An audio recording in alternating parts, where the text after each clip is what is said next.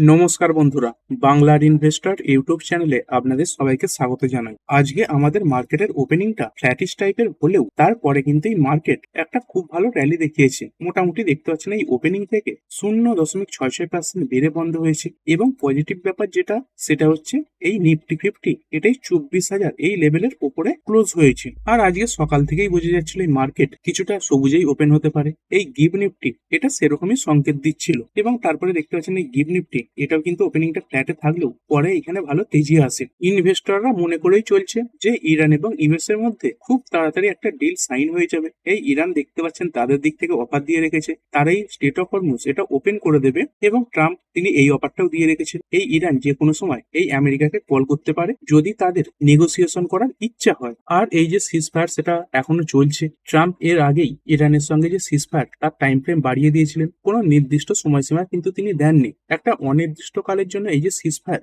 সেটা চলছে। এই ইরান কিছু কিছু ব্যাপারে রাজি হয়েছে, এই স্টেট অফ হরমুজ এটা ওপেন করার ব্যাপারে রাজি হয়েছে, কিন্তু দেখতে পাচ্ছেন এই যে নিউক্লিয়ার এগ্রিমেন্ট সেখানে ইরান রাজি হয়নি। মোটামুটি আস্তে আস্তে বিভিন্ন যে মত সেগুলো একে অপরের সঙ্গে মিল খাচ্ছে। আমেরিকা তাদের দিক থেকে খোলা অফার দিয়ে রেখেছে যখন খুশি এই ইরান কল করতে পারে এবং ইরানও বলে রেখেছে তারা এই স্টেট অফ হরমুজ এটা ওপেন করবে। যদিও এখন এই স্টেট অফ হরমুজ এটা ওপেন হয়নি। এইখানে যদি ক্রুড অয়েল দেখেন, এই ক্রুড অয়েলে দেখতে পাচ্ছেন এখন তো কিছুটা তেজি দেখতে পাওয়া যাচ্ছে। ব্রেন্ট ক্রুড এটাই 106 উপরে রয়েছে, কিন্তু এই ব্রেন্ট ক্রুড এটা এত উপরে থাকা সত্ত্বেও এই যে বাজার আজকে এত ভালো তেজি দেখালো, এটা কিন্তু খুবই পজিটিভ একটা সংকেত।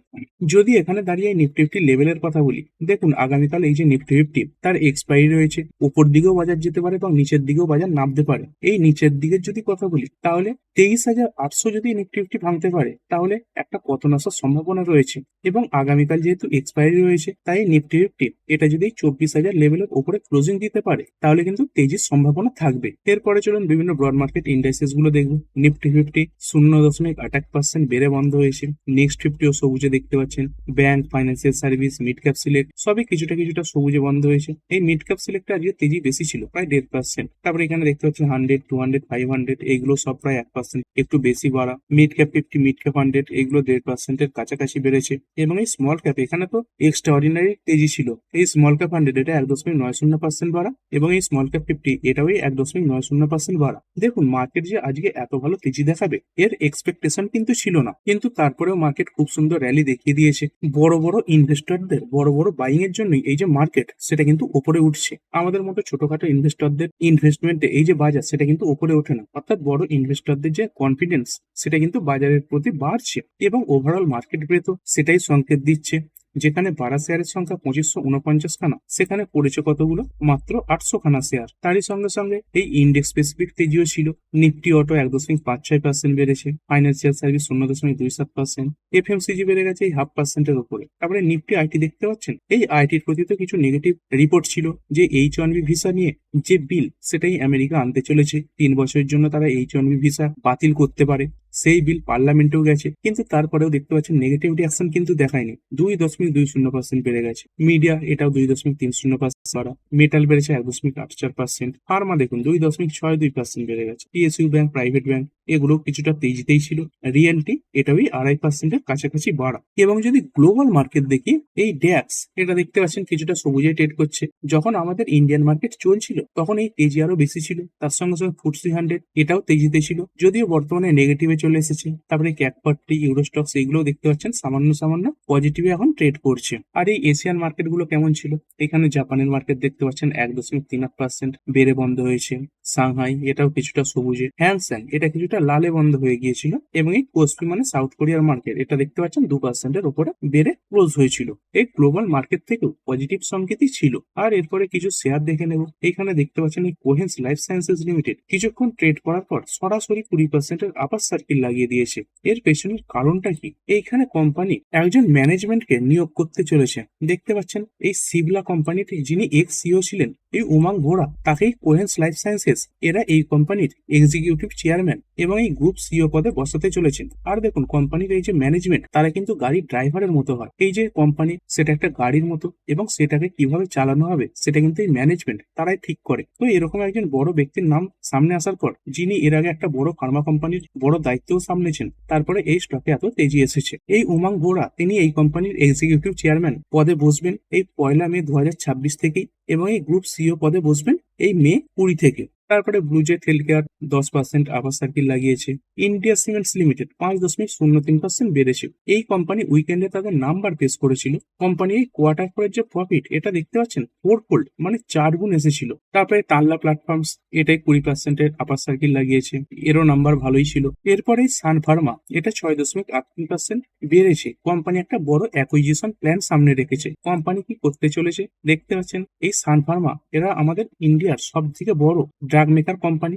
এতেই আমেরিকার একটা ফার্মকে পুরোটাই কিনে নিতে চলেছে। কোম্পানির নাম কি?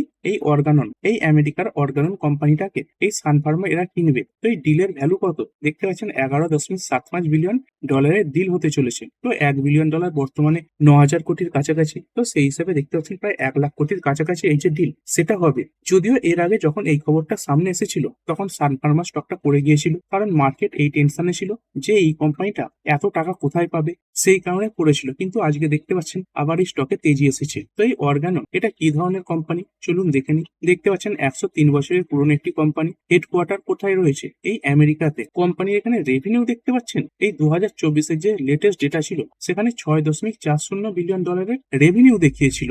আর এই অ্যাকুইজিশনের পরে সান ফার্মা এই কোম্পানিটার কতটা লাভ হবে, কতটা সুবিধা হবে সেটাও দেখে নিই। এইখানে দেখতে পাচ্ছেন এই যে এত টাকা কোম্পানি কিভাবে পেমেন্ট করবে, মানে এই যে ডিল হচ্ছে দেখতে পাচ্ছেন এই সান ফার্মার যে ক্যাশ রিজার্ভ রয়েছে সেখান থেকে কিছু খরচ হবে এবং তারই সঙ্গে সঙ্গে কিছু ব্যাংক ফাইন্যান্সও করে থাকবে। এই 2027-এর প্রথমের দিকে এই যে ডিল সেটা কমপ্লিট হয়ে যাবে। এই কোম্পানিটা কিসে কাজ করে দেখতে পাচ্ছেন? এই ওমেন্স হেলথ এই সেক্টরে কাজ করে থাকে। এই ওমেন্স হেলথ এই সেগমেন্টের দিক থেকে এই কোম্পানিটা টপ 3 গ্লোবাল পজিশনে রয়েছে। তারপরে বায়োসিমিলার্স এটা তৈরি করে থাকে দেখতে পাচ্ছেন। 7th লার্জেস্ট গ্লোবাল প্লেয়ার, যেটা এই সান ফার্মার মধ্যে চলে আসবে। তারই সঙ্গে সঙ্গে ইউরোপ এবং এমার্জিং মার্কেটসে এই কোম্পানিটা 6খানা ম্যানুফ্যাকচারিং ফেসিলিটিও তৈরি করেছে এবং 140খানা কান্ট্রিতে এই কোম্পানি তাদের যে প্রোডাক্ট সেটা সাপ্লাই করে থাকে। এই অর্গানন এদের রেভিনিউ কত দেখলেন? এই $6.2 বিলিয়ন প্রায়। এবং সান ফার্মা অ্যাকোয়ার করার পর টোটাল যে রেভিনিউ সেটা কতই দাঁড়াবে দেখতে পাচ্ছেন? $12.4 বিলিয়ন। এটা একটা অ্যাপ্রক্স দেখাচ্ছে কম্বাইন্ড। তো এর মানে কি দাঁড়াচ্ছে? এই সান ফার্মা পরবর্তীকালে যে রেভিনিউটা পোস্ট করবে তার প্রায় হাফ রেভিনিউ সেটাই অর্গানন এদের ব্যবসা থেকেই আসবে। তবে এই অর্গানন এই কোম্পানির বহু ধার রয়েছে দেখতে পাচ্ছেন $8.6 বিলিয়ন, যেটাই ডিলেরই অংশ। তো এই যে টাকাটা এটা কিন্তু সান ফার্মা এরা একবারে পেমেন্ট করবে না, আস্তে আস্তে কিন্তু পেমেন্ট করবে। পরবর্তীকালে কোম্পানির যে রেভিনিউ আসবে তার প্রায় 50% শুধুমাত্র এই অর্গাননের ব্যবসা থেকেই আসবে। তো এত বড় একটা কোম্পানিকে অ্যাকুইজিশনের খবরের পরে এই স্টকে ভালো তেজি এলো। তারপরে Sam metallics and energy limited, এইখানে গোল্ডম্যান স্যাচ এরা দেখতে পাচ্ছেন এই যে স্টিলের সেগমেন্ট তার প্রতি পজিটিভ আউটলুক সামনে রেখেছে। এখানে জেএসডব্লিউ স্টিল এবং তার সঙ্গে সঙ্গে স্যাম মেটালিক্স এগুলোকে টপ বাই লিস্টে রেখেছে। এখানে প্রায় 29% পর্যন্ত আপসাইড দেখছে। এই স্যাম মেটালিক্স এটা তো 8% বেড়েছে।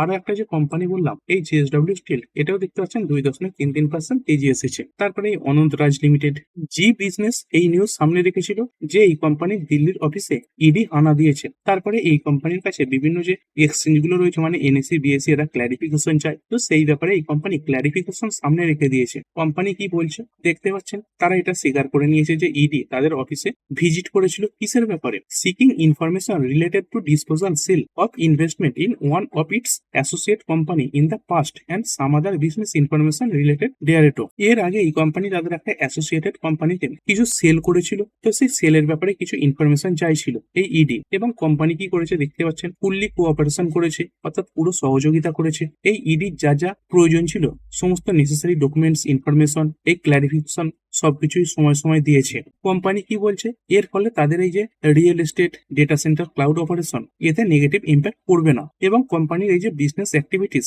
সেটা আগের মতোই চলবে। তো ইডি এগুলোতে কোনো রেস্ট্রিকশন কিন্তু আনেনি। তারপরে বলেছে এই কোম্পানি তারা সব সময় এই হাই স্ট্যান্ডার্ড এবং ইন্টিগ্রিটি এগুলো মেনেই চলে। তার সঙ্গে সঙ্গে কর্পোরেট গভর্নেন্স কমপ্লায়েন্সেস এগুলোকেও তারা মেনে চলে। তো কোম্পানির তরফ থেকে ক্ল্যারিফিকেশনের পরে এই স্টক আজকে রিবাউন্ড করেছে 8.33% বেড়েছে। তারপরে আইডিএফসি ফার্স্ট ব্যাংক নাম্বারও সলিড ছিল, 4.57% বেড়েছে। এইখানে কোম্পানির এই যে নেট প্রফিট এটা অনুমানকেও বিট করেছে। তারই সঙ্গে সঙ্গে এই যে অ্যাসেট কোয়ালিটি এটাও ইমপ্রুভ হয়েছিল। আর এরপরে যদি দেখেন এই গরম রিলেটেড যে কোম্পানিগুলো সেগুলোতে কিন্তু আজকে খুব ভালো তেজি এসে গেছে। কিছু কোম্পানি আলোচনা করেছিলাম সেগুলোই দেখবো। এই টাটা পাওয়ার দেখতে পাচ্ছেন 453 পৌঁছে গেছে, 4.26% আজকের দিনেও বেড়েছে, এবং এটাই কোম্পানির 52 উইকের হাই দেখতে পাচ্ছেন আজকের হাই, এবং এই 52 উইকের যে হাই এগুলো দুটোই সমান। তারপরে এই আদানি পাওয়ার এটাও 2.81% বেড়েছে। তারই সঙ্গে সঙ্গে অ্যাম্বার এন্টারপ্রাইজেস এরাই এসির যে পার্টস সেগুলো সাপ্লাই করে 4.5%-এর ওপরে বাড়া। তারপরে পিজি ইলেকট্রোপ্লাস 10.35% বেড়েছে। এরপরে এই এফএমসিজি কোম্পানিগুলো এই ভিবিএল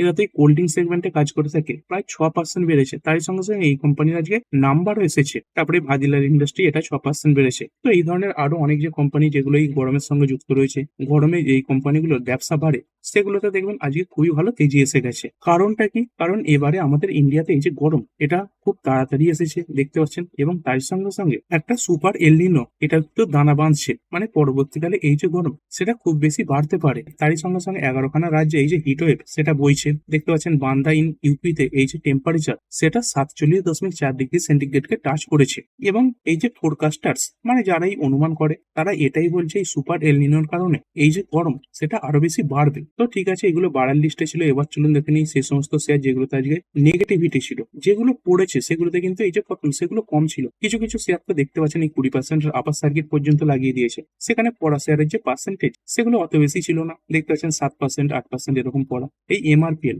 এটাই অয়েল রিলেটেড কোম্পানি, এখানে কোম্পানির নাম্বার খারাপ এসেছিল। এই যে কোয়ার্টার কোড এখানে উইক পারফরমেন্স দেখিয়েছিল। তারপরে কিছু ব্রোকার দেখতে পাচ্ছেন এদের যে রেটিং সেটা কাট করে দিয়েছে, এই সেল রেটিং দিচ্ছে, এবং 23% পর্যন্ত ডাউন সাইডে যেতে পারে এরকম অনুমান তারা করছে। কি কারণে প্রেসার পড়েছে? কারণ এই যে ক্রুড অয়েলের প্রাইস সেটা তো বেড়ে গেছে, কোম্পানির রেভিনিউ সেটাও 3% কমেছিল, তারই সঙ্গে সঙ্গে প্রফিট প্রায় 64-65% পর্যন্ত পড়ে গিয়েছিল। দেখতে পাচ্ছেন কোম্পানির এই নেট প্রফিট এটা 68% ডাউন হয়েছিল। তারপরে সুপ্রিম পেট্রোকেম এটাও এই একই ধরনের কোম্পানি 4.69% পড়েছে। তারপরে শ্রীরাম ফাইন্যান্স লিমিটেড 3.69% পড়েছে। Company quarter four profit growth এটা তো স্ট্রং ছিল, তাহলে কি কারণে পড়লো? কারণ এখানে দেখতে পাচ্ছেন এই যে এমএসএমই সেগমেন্ট এখানে কিছুটা প্রেসার লক্ষ্য করা গেছে, এবং তারই সঙ্গে সঙ্গে ম্যানেজমেন্ট এই কোয়ার্টার ওয়ানের যে গাইডেন্স সেটা কিছুটা কাট করে দিয়েছে। এই শ্রীরাম ফাইন্যান্স এরা কি বলছে যে ভবিষ্যতে ফুয়েলের প্রাইস এবং তারই সঙ্গে সঙ্গে কেমন কি বৃষ্টিপাত হবে সেটাই এই কোম্পানির যে ভবিষ্যৎ সেটা নির্ধারণ করবে। তবে বেশিরভাগ ব্রোকার এখনো কিন্তু এই কোম্পানির প্রতি বুলিশই রয়েছে। তারপরে অ্যাক্সিস ব্যাংক লিমিটেড নাম্বার এই উইকেন্ডে এসেছিল 3%-এর কাছাকাছি পড়েছে।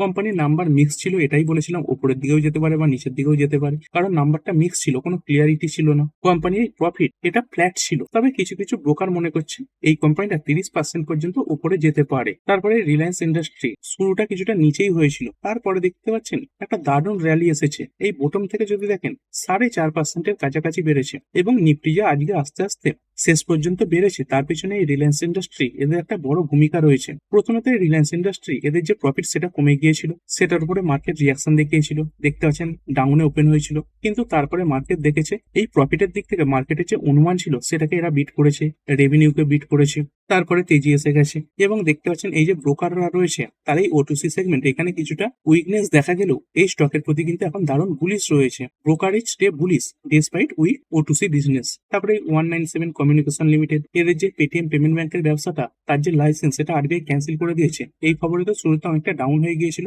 পরে যদি এই প্রথম লেভেল থেকে অনেকটাই রিকভারি দেখিয়েছে। দেখতে পাচ্ছেন মোটামুটি এই বোটম থেকে 8% রিকভারি দেখাবার পরেও 0.83% পড়ে রয়েছে, মানে একসময় 9 থেকে 10% পর্যন্ত ক্র্যাশ করে গিয়েছিল। দেখুন এদের যে ব্যবসাটা ছিল না এই পেটিএম পেমেন্ট ব্যাংক, তার ব্যবসা আগেই বন্ধ হয়ে গিয়েছিল। আরবিআই তো আগেই বলে দিয়েছিল এই পেমেন্ট ব্যাংক তারা নতুন করে কোনো ডিপোজিট নিতে পারবে না, এবং যারা এই পেমেন্ট ব্যাংকে ডিপোজিট করেও রেখেছিল তারাও কিন্তু এইভাবে টাকা বার করে নিয়েছিল। এই ব্যবসা এমনিই বন্ধ ছিল, এবং এই আরবিআই তরফ থেকে ফাইনাল যে সিদ্ধান্ত সেটা এসেছে এই উইকেন্ডে, অর্থাৎ এই লাইসেন্স ক্যান্সেল করার পরে যে ক্ষতি হতো সেটা কিন্তু আগেই হয়ে গেছে, কোম্পানির ব্যবসা তো আগেই বন্ধ হয়ে গিয়েছিল। তারপরে চেন্নাই পেট্রো এটা 3.57% ডাউন হয়েছে। আর যদি কোয়ার্টার ফোর নাম্বারের কথা বলি, আজকেও বহু কোম্পানি তাদের নাম্বার পেশ করবে। এই আল্ট্রাটেক সিমেন্ট এটা তো আলোচনা করলাম, বরুণ বেভারেজ এরা তাদের নাম্বার পেশ করেছে, সিআইএল রয়েছে, তারপরে এই আদানি টোটাল গ্যাস দেখতে পাচ্ছেন, তারপরে ইউ স্মল ফাইন্যান্স ব্যাংক, এই বাজাজ হাউসিং ফাইন্যান্স রয়েছে, মাহিন্দ্রা হলিডে রয়েছে, SBI Cards and Payment Services, Nippon Life India Asset Management, Punjab and Sind Bank রয়েছে,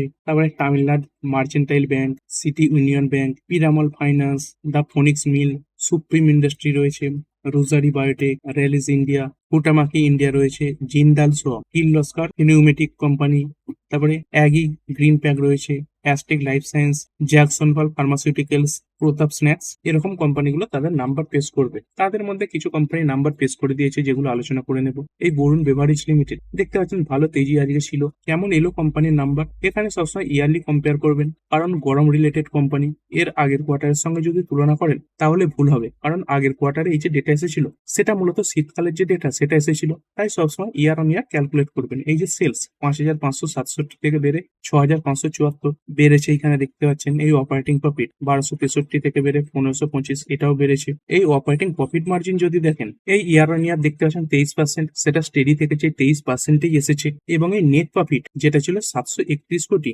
এটা বেড়ে কত হয়েছে 879 কোটি। এখানেও দারুণ জাম্প একটা দেখতে পাওয়া গেছে। কোম্পানির প্রফিট দেখতে পাচ্ছেন 20% বেড়েছে, এবং এই রেভিনিউ এটা বেড়েছে 18%। তারই সঙ্গে সঙ্গে এই কোম্পানি ডিভিডেন্ড দেওয়ার ব্যাপারে ঘোষণা করেছে। কোম্পানি একটা শেয়ার পিছু 50 পয়সা করে ডিভিডেন্ড দিচ্ছে। তারপরে এমআইসি ইলেকট্রনিক্স 0.6% বেড়েছে। সুপ্রিম ইন্ডাস্ট্রি এটা 0.57% বেড়ে বন্ধ হয়েছে। এগুলো সব নাম্বার এসে গেছে। তারপরে আল্ট্রাটেক সিমেন্ট এটা তো ফ্ল্যাটিশ টাইপে বন্ধ হয়েছে, কিন্তু কোম্পানির নাম্বার পড়ে যেটুকু বুঝলাম খুবই ভালো নাম্বার এসেছে। কোম্পানি এখানে সেলস দেখতে পাচ্ছেন 12% বেড়েছে, 23,063 কোটি থেকে বেড়ে 25,799 কোটি। এবং এই নেট প্রফিটেও দেখতে পাচ্ছেন 2,475 কোটি থেকে বেড়ে এসেছে 3,000 কোটি। আর এই নাম্বারগুলো কোয়ার্টারলিও সব ক্ষেত্রেই বেশি। কোম্পানি দেখতে পাচ্ছেন এই ফোর্থ কোয়ার্টারের যে প্রফিট, সেখানে মার্কেটের যে অনুমান ছিল সেটাকে বিট করেছে। এখানে অপারেটিং প্রফিট মার্জিন এটাও দেখতে পাচ্ছেন ইমপ্রুভ হয়েছে, 20% থেকে বেড়ে হয়েছে এই 22%। এর আগের কোয়ার্টারে কত ছিল এই 18%। আর দেখুন এই সিমেন্ট সেগমেন্টের যদি কথা বলি, এখানে দুখানা গ্রুপই রয়েছে যারা এই সেগমেন্টে ভালোভাবে ব্যবসা করছে।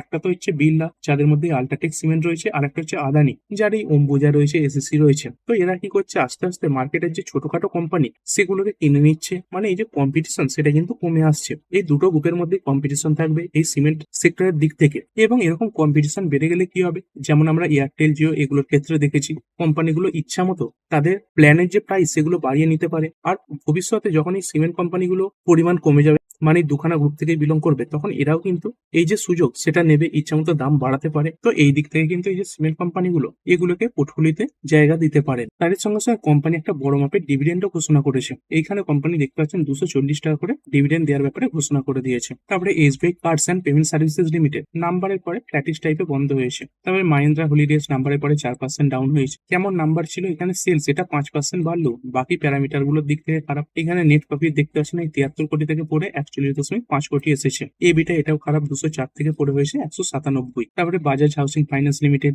এটাই 2% বেড়ে বন্ধ হয়েছে। কোম্পানির নাম্বার কেমন এলো, এখানে কোম্পানির সেলস 16% বেড়েছে, এই কোয়ার্টারলিও কিছুটা বেশি। এবং এই নেট প্রফিট দেখতে পাচ্ছেন 587 কোটি থেকে বেড়ে হয়েছে 669 কোটি। এখানেও কোয়ার্টারলি জাম্প দেখতে পাওয়া গেছে। আর ভিডিও শেষে চলুন এই নিফটি একবার দেখে নেবো। আজকে নিফটি 50তেও বাড়া শেয়ারের সংখ্যাই বেশি ছিল, 39 খানা শেয়ার সবুজে বন্ধ হয়েছে এবং 11 খানা শেয়ার লাল নিশানে বন্ধ হয়েছে। এদের মধ্যে কোনগুলো ভালো এবং কোনগুলো খারাপ পারফর্ম করলো? ভালোর মধ্যে তো সান ফার্মা রয়েছে, 6.83% বাড়া। তারপরে জিও ফাইন্যান্স এটা 3.61% বেড়ে গেছে। তারপরে রিলায়েন্স এটা বেড়েছে 3.18%। টেক মাহিন্দ্রা 2.91% বেড়েছে। উইপ্রো বেড়ে গেছে 2.82%। আর পড়ার লিস্টে কোনগুলো ছিল, পড়ার লিস্টে Shriram Finance 3.69% down, Axis Bank পড়েছে প্রায় 3%, ডেল 1.90%, টাটা কনজিউমার পড়েছে 1.19%, এবং টাটা গ্রুপের আরো একটি কোম্পানি ট্রেন্ড এটা পড়েছে 0.96%। এই ভিডিওটা এখানেই শেষ করছি, পরবর্তী ভিডিওতে আরো কিছু নিউজ কভার করা হবে। তো ঠিক আছে বন্ধুরা, আশা করছি ভিডিওটা আপনাদের ভালো লেগেছে। আপনি চাইলে এটাকে লাইক এবং শেয়ার করতে পারেন। আর শেয়ার মার্কেট সংক্রান্ত ডেইলি নিউজ আপডেট পেতে চ্যানেলটা সাবস্ক্রাইব করে রাখবেন এবং পাশে থাকা বেল আইকনটি টিপে অল অবশ্যই সিলেক্ট করে রাখবেন, যাতে পরবর্তী ভিডিওর নোটিফিকেশন আপনার কাছে সময় মতো পৌঁছে যায়। আর হ্যাঁ, ভিডিওটি শুধুমাত্র ইনফরমেশন এবং এডুকেশনাল পারপাসের জন্য বানানো হয়েছে। আমি সেবি রেজিস্টার্ড নই, তাই কোনো প্রকার শেয়ারে কোনো প্রকার বাই, সেল, হোল্ড বা অ্যাভারেজ করার কোনো সিদ্ধান্ত নেওয়ার আগে আপনার যে ফাইন্যান্সিয়াল অ্যাডভাইজার আছে তার সঙ্গে অবশ্যই আলোচনা করবেন। দেখা হচ্ছে পরের ভিডিওতে। ধন্যবাদ।